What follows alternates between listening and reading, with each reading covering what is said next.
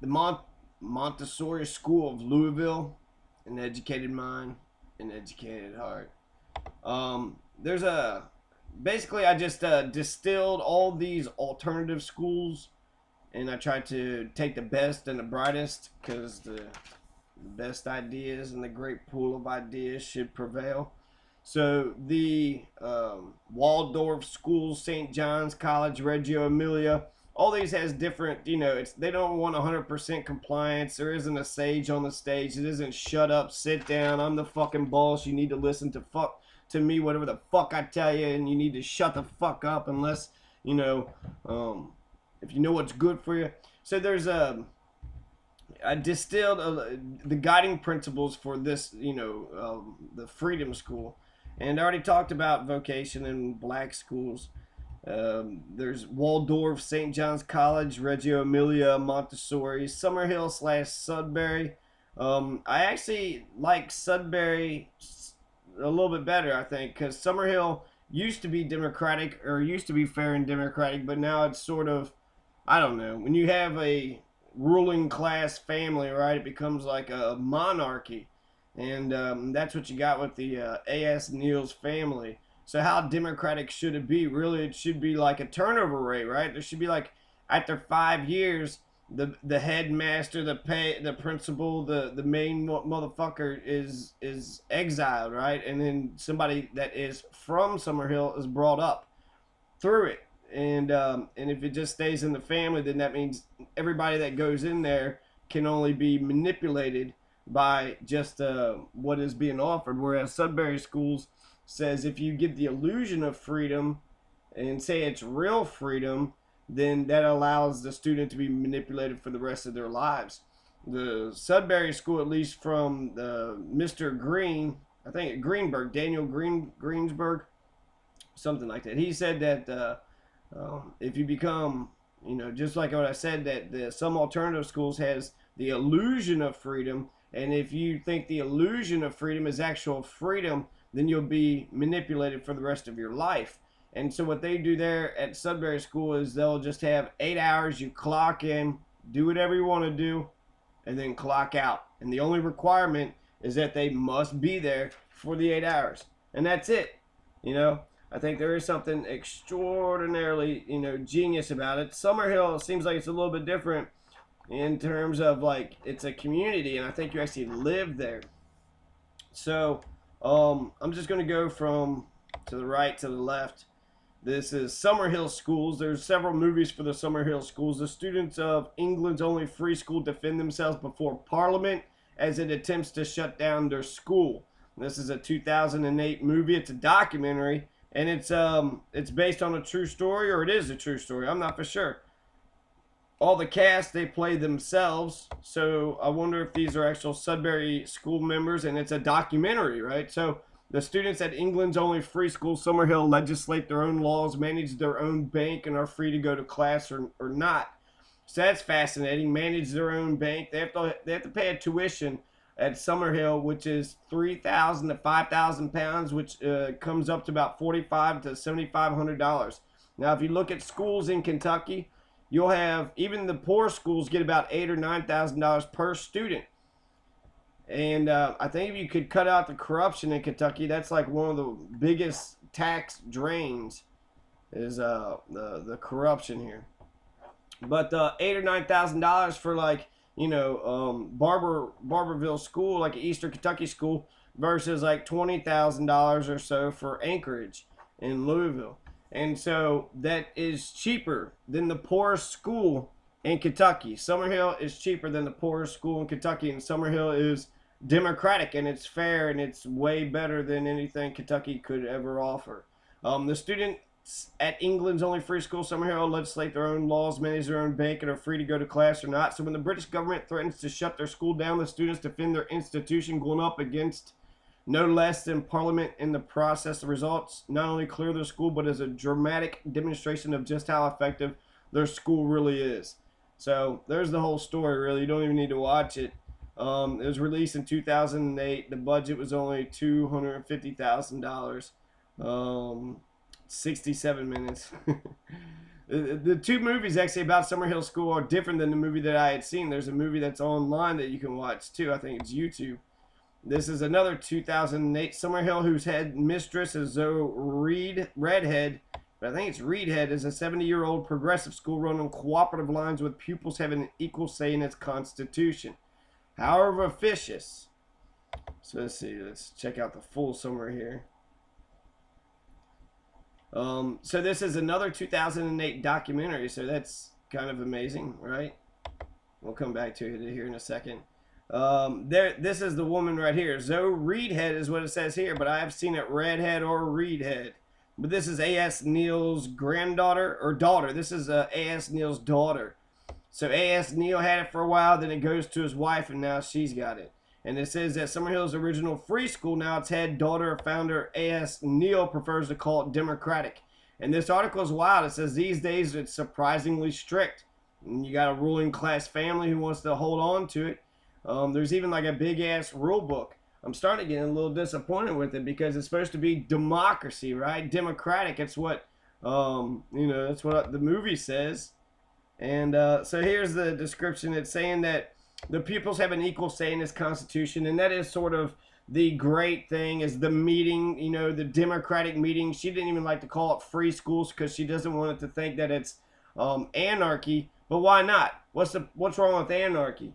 I think anarchy could actually, be governed on some strict lines too. So the fact that, she prefers that it's democratic and she's totally against anarchy, it makes me think that probably is more rigid than what most people would give credit for.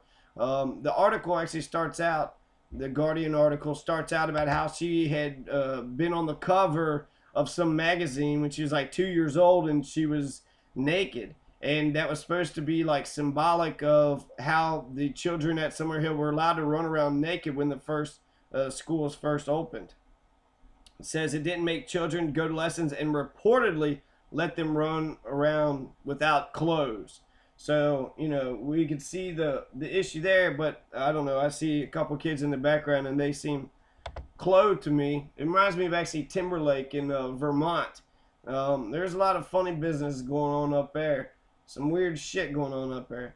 But anyways, the Summerhill School, a new view of childhood. It's this is the man, the myth, the legend, A.S. Neal. He's the one that came up with Summerhill. Even if Summerhill has its flaws, it's an inspiration to Sudbury schools.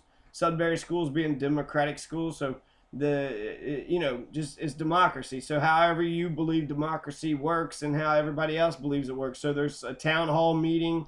There's where everybody gets together. At Summerhill, the 5-year-olds vote. The vote of a 5-year-old is equal to the principals. And there's a lot of things with democracy, right? A constitution. I think the Constitution and the incorporation charter should be the exact same. I also think that the principal should step down after 5 years. 5 years is a good long run. You've had your day. And you should bring people from within up to it, so that way you always get this new sort of these new ideas. It's sort of a breath of fresh air. And I thought, I highlighted some here. The inspectors praise outstanding behavior, positive relationships. One is bound to wonder if the Summerhill community, a word that Reedhead uses repeatedly, is their community togetherness. Puts as much pressure on some children as the top-down regimes of conventional schools. Formal rules and informal expectations may be no less oppressive because they're set by other children rather than by adults. That's absolutely true. I saw this one video where it had the boy sit there and voted that chalking was graffiti, and so he was being a little bully and asshole, right? Some kids probably started chalking, and he was like, that looks like fun, and I'm the man around here. Let's screw them over with our democratic processes. And other people liked, the kids who voted that the chalking is graffiti, they basically were put on trial, right? And it's not graffiti. It washes away in the rain. So I thought that was some bullshit. The guy was like, all in favor, all opposed, and that was it. That was the vote. Basically, he gave no chance for people to not vote. So, it showed him to take a little dictatorship. I check out the Wikipedia page. I didn't see anybody worth knowing that came out of it. But just because they ain't famous doesn't mean they're not like... There was actually 5 people. We'll check out one of them just to see if they're worth knowing. One wonders also how truly democratic the community can be when it's dominated by one family. Exactly. Monarchy. Reedhead says that when she steps down, Summerhill will be carried on by her son, which is already assistant head. Another son teaches music at Summerhill while her husband looks after the finances and the physical fabric while continuing to run a neighboring farm on which their other two children work. All the children attended Summerhill, as do her two grandchildren now.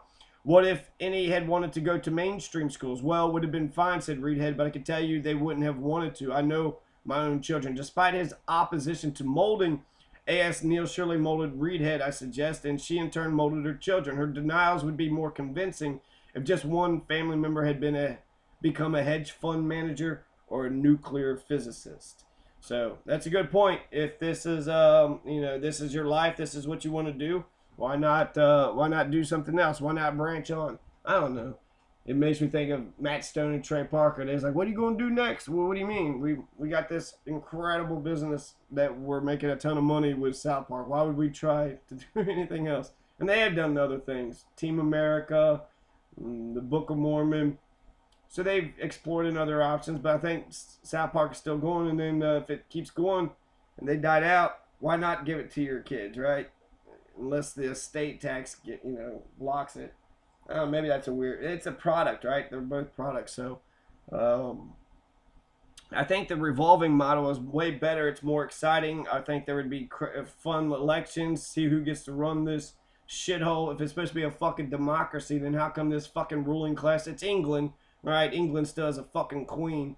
So I don't know. I could see how Summerhill gets beat up over the years, and they're like, no, it's not really freedom and democracy. It's or anarchy. It's actually it's 100% compliance, that's what America is. 100% compliance. Shut up, sit down, do as the fuck as you're told.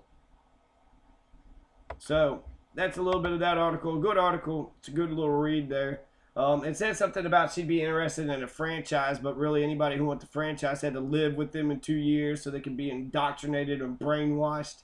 And also there is some applications here that actually gives you an idea of what kind of culture it has, right? So an exciting opportunity to work with mixed groups of students aged 10 to 13 in the oldest children's democracy in the world.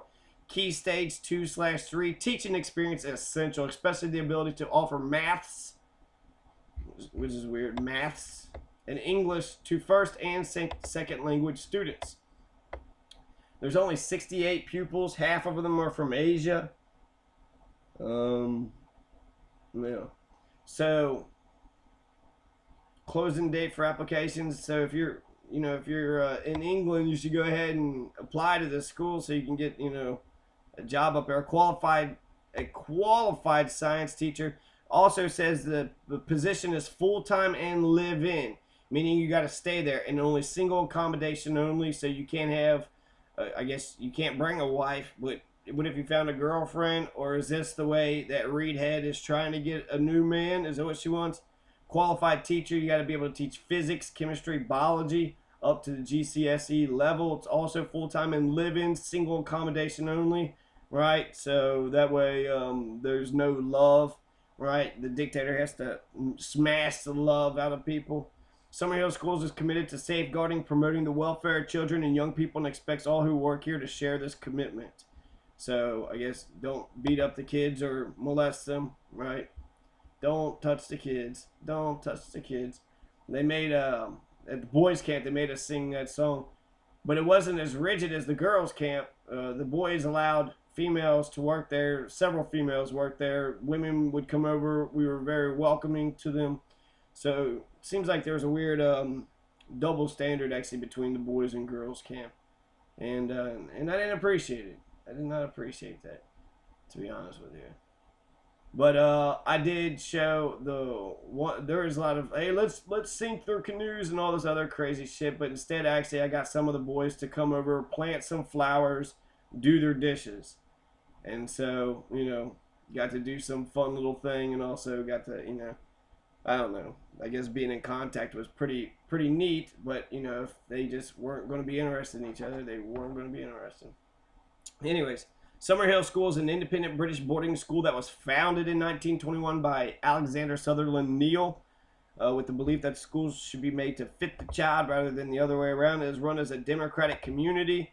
The running of the school is conducted in the school meetings, which anyone, staff, or pupil may attend, and at which everyone has an equal vote. These meetings serve as both a legislative and judicial body. So, guilty, you son of a bitch! Nah, I saw you do that one thing that you did, and I didn't like it. Guilty, you dirty, rotten son of a bitch! I saw fines. You can get fined for smoking. You could get fined for graffiti and spitting. Some things make sense a little bit, but that's the Summerhill School, right? Big ass building there. They said it's established in 1921, but where it's at, actually, it wasn't established there until later.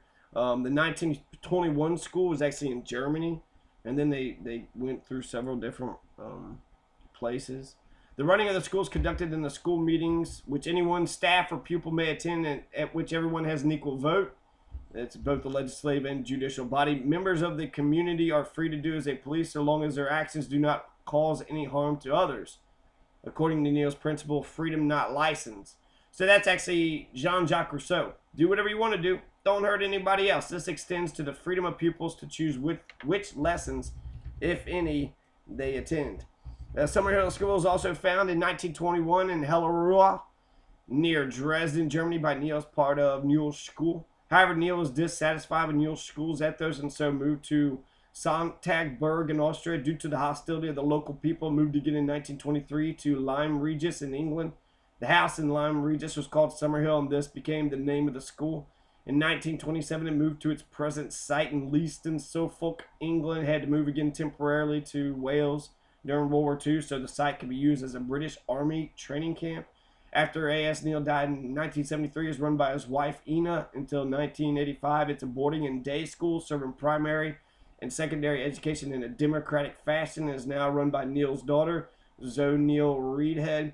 Although the school's founding could arguably be dated to other years, the school itself marks 1921 as the year of its establishment. Yeah. So, you know, Summerhill.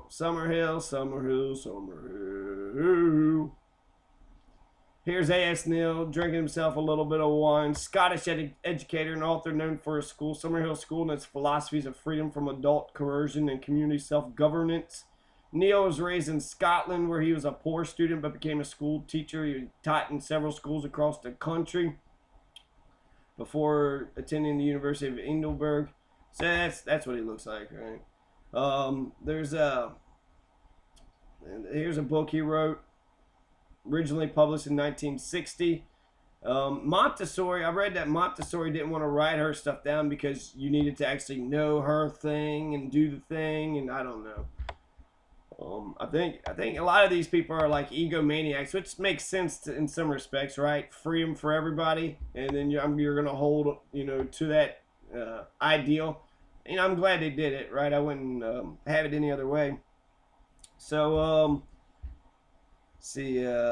Inspector Wharton regards it as a waste of money and means of teaching children disrespect, though his assistant Myrtle is charmed by its ambience. In a court hearing to decide the school's future, barrister Jeffrey Robertson points to the many alumni from the school, but also thanks to a tip-off from a pupil, was able to reveal that Wharton had told Myrtle that the school was virtually due for closure and the inspection was purely a formality. Consequently, Summerhill is saved. Myrtle gets to teach there, and the children launch a pirate ship with the banner of freedom to celebrate the victory. The two children whose future at the school looked uncertain are also given cause to celebrate. I was going to actually check that out, right? So I'm going to go check out Summerhill again. Because the Wikipedia page had the some of the people that went to Summerhill, right? Some notable people who went to Summerhill. I'm going to get to Maria Montessori. She was very guarded. You know, here's what she looks like. Maria Tecla, or Timencia Montessori. She did some things. She was an Italian physician, educator, best known for the philosophy of education that bears her name and her writing on scientific pedagogy. Her educational method is in use today in some public and private schools throughout the world. So, you see her writing on scientific pedagogy. So, frankly, that's all we have now, right? She lived and she died, right? She died in 1952. She'd been dead for quite some time. born in Italy, died in the Netherlands. So it's kind of right there by Germany. I don't know if weed was legalized there or not. Um,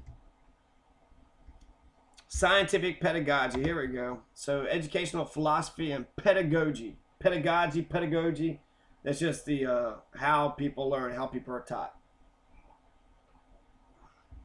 Montessori considered her work in the orthophrenic school and her subsequent psychological studies and research work in elementary schools as scientific pedagogy, a concept current in the study of education at the time. She called for not just observation and measurement of students, but for the development of new methods which would transform them. I was actually thinking about the freedom of the Sudbury schools, that they just clock in for 8 hours and that's all they do. But with the advisors and the teachers there, that means it's like you're almost like a fish in an aquarium. If you truly wanted freedom, complete freedom, you would have access to the resources and everything that's on it. Whatever, get the tuition, I guess rich people have to be able to get it. Maybe there's some scholarships for the poor, or maybe they'll do a voucher program. But you have the school and you have the kids go there and you actually aren't there. That would be complete freedom, right? So I think that you have to have a turnover rate. You have to have the principal step down. You got to have the head leader, step down, or it won't stay free. Because somebody could just say, well, these are the limits to the supposed free school, but I can imagine it being even better than this. And if you can imagine it being better, then you're being manipulated, right? Even the fact that you got to clock in for 8 hours, right? That's nothing, but you got to be there for 8 hours. Whereas the Summerhill School, I don't know if just the teachers live there, but they talk about it being a community, and so it's a big ass building. I don't know. I don't know if they got dorms or whatever. A lot of colleges have dorms, right? So there's a community that's there, but it's totally hierarchical, stemming from the top down. And these schools aren't seeming any different. Even the one here in Louisville was top down dictatorial. So scientific pedagogy. Further education itself should be transformed by science. The new methods, if they were run on scientific lines, ought to change completely. Both the school and its methods ought to give rise to a new form of education. Exactly. So further development on the Montessori education, there's, more reading about it if you wanted to get, check out more about it. I wanted to check out who are the notable players, right? Summerhill is such a smart school. And I just closed out of it. No, I didn't. Okay. Summerhill is such a great and smart school. Who came from Summerhill that was worth a fuck?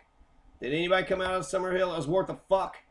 A.S. Neal was a badass. He was the founder, right? He's the originator. These kids get in there like the Walton kids who own half the fucking country, and yet we got people who starve on the fucking streets. Founded in 1921, it continues to be an influential model for progressive democratic education around the world. Summerhill is the oldest children's democracy. It's probably the most famous alternative, or free in quotations, school. The system that Summerhill employs is not only about education, it's also a different way of parenting, which eliminates most of the friction and many of the problems experienced by modern families. I think I heard that it used to be for problem children, too. Or maybe that was Waldorf. I don't know. Summerhill is a real place, not a utopia. This is Zoe Neal Reedhead. Not a utopia. It should be a utopia. You're really fucking limiting. She's really taking a step down, and then her son's going to take over it. The Summerhill School looked very fucking cool, but I'll be honest, I'm not impressed. I'm not impressed with this Zoe Neal Reedhead. For many Summerhill pupils, it becomes the most meaningful experience in their lives. Why wouldn't it be all of their fucking pupils? If you guys are doing a good job, it's free, right? Summerhill in the summertime is lush green, not unlike Never Never Land. Okay, so it's not a utopia, but it's like Never Never Land. What the fuck are you talking about? Like a Garden of Eden, Never Never Land? It just got good landscapers. It's more of a family or a tribe than a school, full of companionship, laughter, and real feelings. So there it is, basically the family idea, the tribal aspect. But if you truly a family, right? I mean, half the kids are Asians and they pay all this money. If it's truly family, that means they could be, they could rise to the ranks too. How the fuck are you going to give it to your son? Well, it's not really family, right? It's more of the family you create. And since the staff has been there longer, they could dictate, the Democratic meetings and how that goes down. Since there's judicial process, right? I mean, I don't know. I'm very skeptical. I love the movie and I really like this, but on second viewing, I'm not as impressed. I'll be honest. We're gonna take a look at some of the let's see, the philosophy. It's noted for its philosophy that children learn best with freedom from coercion.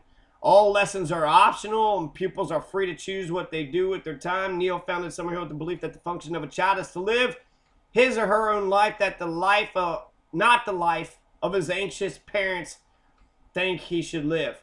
I don't want your life, not a life according to the purpose of an educator who thinks he knows best. In addition to taking control of their own time, pupils can participate. Okay. I'm only going to check out conflict resolution. There's a lot of actually badass things that's going on here. This is why I like the Summerhill, because of their democratic structure. Okay, democracy. We don't have any democracy in America. None of the schools has democracy. None of the colleges. And so I think that we should try democracy at some point. None of the workplaces, none of the corporations are going to have democracy, right? They're strict totalitarian tyrannies. But and even our political leadership, with only 30% of the voting, that means the majority of people stay at home. So what democracy are we fucking talking about? The the plutocratic, oligarchical fucking society? The anti-revolution that the fucking Washingtons left us? There's a conflict resolution. There's an ombudsman, which you go to first, and then if they can't do it, then there's a tribunal, right? So they try to fucking smooth it out. If they can't smooth it out, then they fucking kick your ass out. Nah, fuck you. You want to talk about the 1855 know-nothing rights? Well, then fuck you. There's educational structure, boarding houses, and pastoral care. House parents, son, cottage, house, shack. I guess these are just from 6 to 18 to 6 to 15 plus. So notable former pupils. Okay, they put 3 of them. There's 3 notable former pupils. There's an actress, rock album cover designer. I feel like they're really stretching it here. A children's author and illustrator. I had there's a guy, Doug Aulick. Doug Aulick, he wrote a children's book, right? He came out of Gallatin County, the smallest county out of 120 in Kentucky. So if the smallest county out of 120 could, make a children's book, right? I mean, it's a children's book. See Spot Run. It's the easiest shit in the fucking world. Who can't write a children's book? I just assume there's so many of them who would want to write. What else can you write about? What else can you write about? Storm Thorgerson. He was the big man, right? Here's she talks about the big ass fucking rule book, the Holy Grail. It's a thick volume, so there's 172 fucking rules, of which I hate every single one. There's even a list of suggested fines for miscreants. 5 pounds for smoking. 50 pounds. Is that P? Pounds? What that means? I don't know. Spitting. Oh, come on. That can't be 50 pounds. 75 fucking dollars. If you smoke, you get a $7 fine. What the fuck? And only $3 fine for graffiti. Anywhere else other than the designated graffiti wall. You don't understand graffiti culture. That's not hip hop. Graffiti is when you could just, you tag and you tag wherever you can, and the fucking authority figures hate it. For all our enthusiasm, democracy, we see the principle as essentially an adult thing. With A.S. Neal applied it to children, it caused great controversy and continues to do so more than 80 years later. My view is that we have been pilloried, says Reedhead, who is the daughter of A.S. Neal. We constantly, we feel under invasion from the outside by people who don't seem to take that step to understand what Summerhill is all about. I would say they're afraid of the freedom and the democracy part, but I very much want the freedom and the democracy part, and I don't even think you're even close to it. So, Grass Dungeon, is that really what Dudgeon? English record producer. Notable for production of many Elton John's recordings. All right, okay. So, like a candle in the wind. And then that Eminem song he sang, right? My teeth gone cold, I'm wondering why. But on this here at all, nothing come into my window. Dark and see the love. So, Elton John, this song's for you. I don't know. Okay, so it's Elton John years. His song, Caribou album, a piece of crap. The sound is the worst.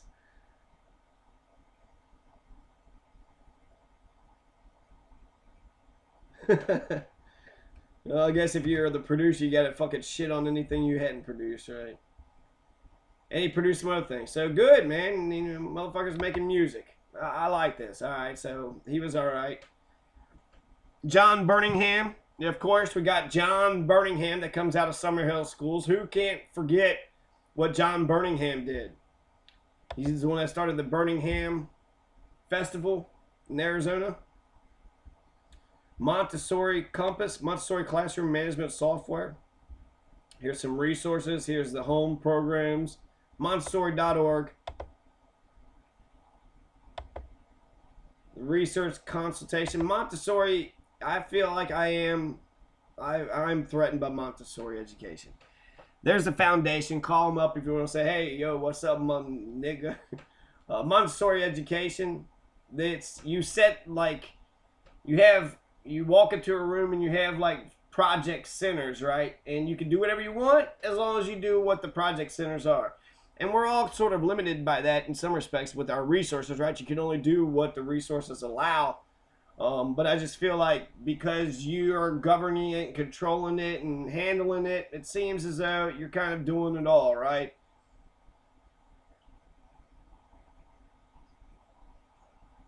I know that the adults have been here for quite some time, but sometimes I don't know. I've been enjoying my alone time. Nobody else. I read what I want. I get to speak about what I want, and just the small sort of social interactions when you get your gas or whatever. That seems to be good enough for me at this time. Facebook is keeping me socially connected. I got neighbors around, but frankly, there's so much stuff to do. You should just have to go do it. So I enjoy my freedom, and my freedom is fun. I love being free, and so I think if you really want individuals who are going to be free to love themselves, because freedom is oxygen to the soul. If you have individuals who love freedom, then you will, if you're going to be an adult who is going to be free, then you have to train them to be free as they're in their youth. So the Montessori Foundation. You learn some more stuff there, right? So there's just some pretty pictures, really. John Birmingham still hasn't popped up. All right, he's an English author, illustrated children's books, especially picture books. So I guess there's going to be a new baby.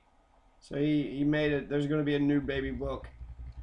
The Adventures of a Goose with No Feathers. I don't know. These are boring. Chitty Chitty Bang Bang. What the fuck what is he doing? He's just fucking painting pictures up for other stuff. So I'm not impressed with this asshole. So I mean, if you want actually some badass fucking children's books, just read them Grimm's Fairy Tales. I'm reading this one book actually called Black Boy here, and they had just this one scene where they were sitting there. The teacher was talking about reading them a novel, and they was reading about the Mr. Bluebeard. The Bluebeard story. I don't know if you know the Bluebeard story, but basically he married 7 wives and then killed them and then hung them in the fucking lair and says, "Don't you look in that fucking place," to the new wife, and then she does and sees that they're all fucking dead, and then she's like, I forget what happens actually. And he's not told the ending too. But Grimm's Fairy Tales. There's also the Be Careful When You Play story. So if you're playing butcher, you don't want someone to actually be a pig, and you don't want the kids to actually cut somebody's throat. So, play, I think, is like the Reggio Emilio way. But you can learn through play. It's interesting. In fact, Nietzsche says that the mature man needs to remember the seriousness that he had when he was at play. So there is definitely, and play is like when you do what you want to do, you would just want to have fun and enjoy yourself.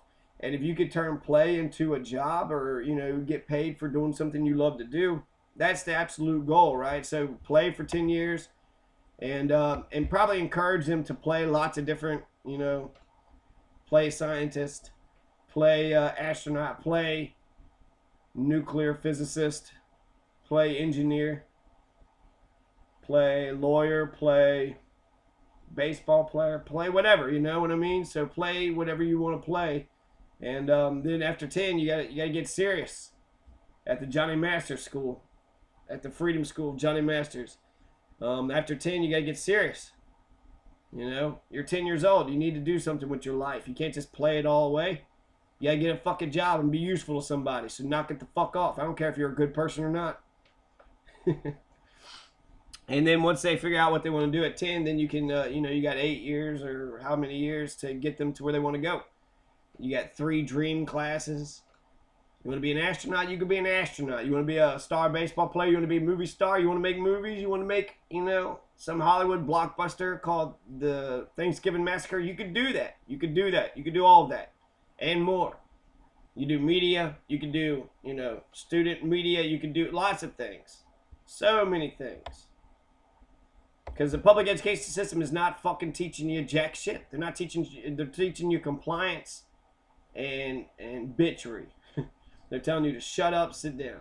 So this Keith Barry Critchlow is an artist, lecturer, author, and professor of architecture in England. That's pretty cool, right? He's done a lot of shit.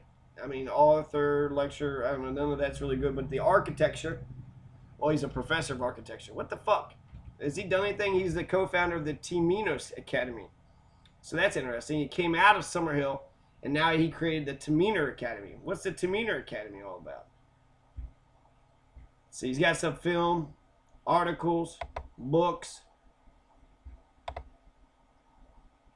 reflection. Let's see, Rebecca De Mornay. There she is, 2006. Is American actress and producer. Her breakthrough film role came in 1983 when she played Lena in Risky Business alongside Tom Cruise. Her other notable film roles include Sarah in The Runaway Train.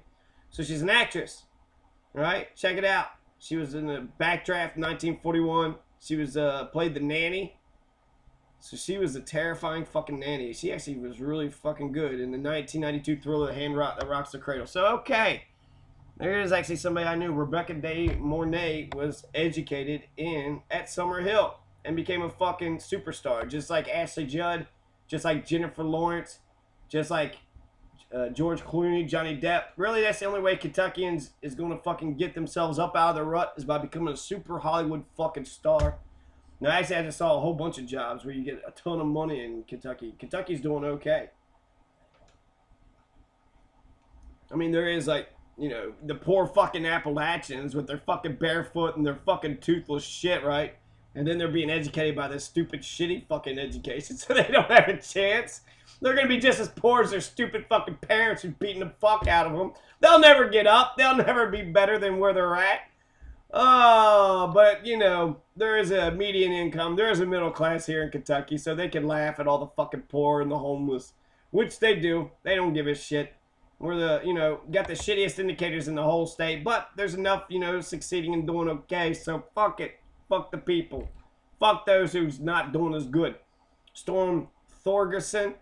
He's an English graphic designer, best known for his work for rock artists such as Pink Floyd's, Led Zeppelin, Black Sabbath, Scorpions, Peter Gabriel, Genesis, Al Stewart, Europe, Catherine Wheel, Bruce Dickinson, Dream Theater, The Cranberries, The Mars Volta, Muse, Biffy, Clyro, and the Rival Sons. He's a graphic designer, so he does artwork for these musical bands, which is actually insane. But I guess that's his niche, right? He found his niche. He's 69 years old.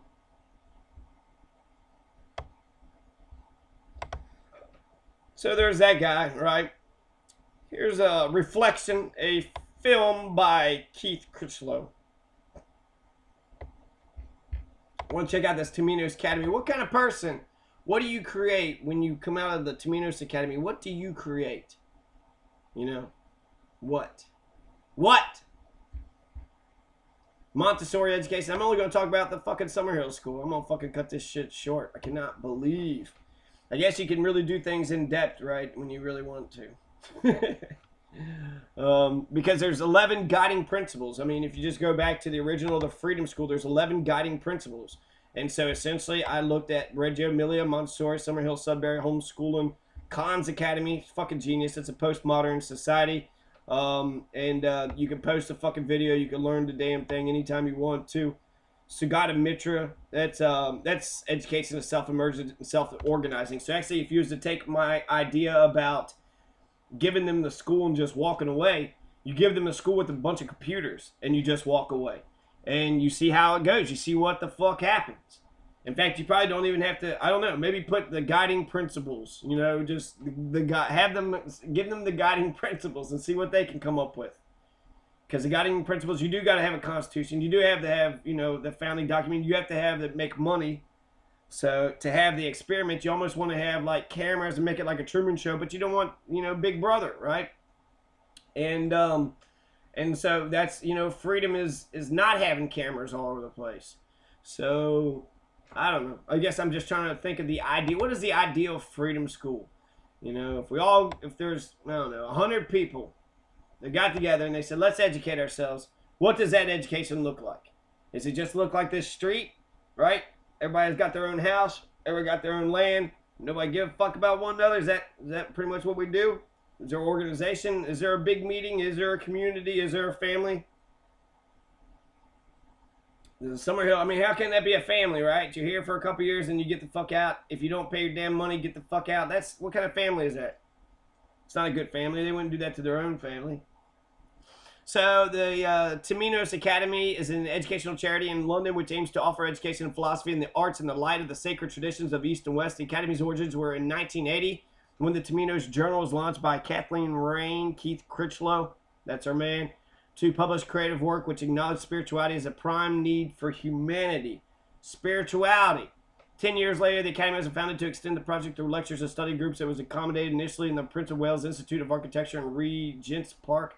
Since the closure of the Institute, the Academy now holds meetings at different venues in London. The Prince of Wales is patron of the Academy. He said the work of Timinos could not be more important in its commitment to fostering a wider awareness of the great spiritual traditions we have inherited from the past is not a distraction from the concerns of everyday life. Whatever. So, you know, they made the fucking Timinos Academy. So Summerhill, they're, you know, creating other schools, and there's Montessori, and then there's this Facebook page, which I think is the Montessori of Louisville, which is where we started, right? Free the child's potential and you will transform him into the world.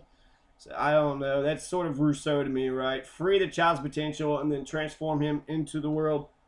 It just seems like a funny way of saying shit. And it doesn't really, you're not really saying what you're saying. You know, you're not saying what you mean. You know, you need to mean what you say and say what you mean. You would think. An educated mind, an educated heart. You know, these are just stupid little fucking slogans. Montessori School, I looked them up, and they was actually, they're expensive as fuck. They're expensive as fuck, and then they have, you know, their school is like basically August 14th. The first day of classes is August 18th. So they start in the fall, and then they end in May. And so they have the same hours, the same time. And then you have to pay them, like, you know, an arm and a leg. It's like, hey, you got an arm and a leg? No, I don't. Well, sorry, you can't come here. So if you paid in full, if you're a toddler, you got to pay $7,000. What, your kid's a year and a half? Give me $7,000. Hell, if you're 3 to 6 years old, doing a half a day, right? You're still cheaper than doing a 1.5 to, what is that, 2, 3 years old? So it goes from, you know, basically when you're a baby to 14 years old, and then it has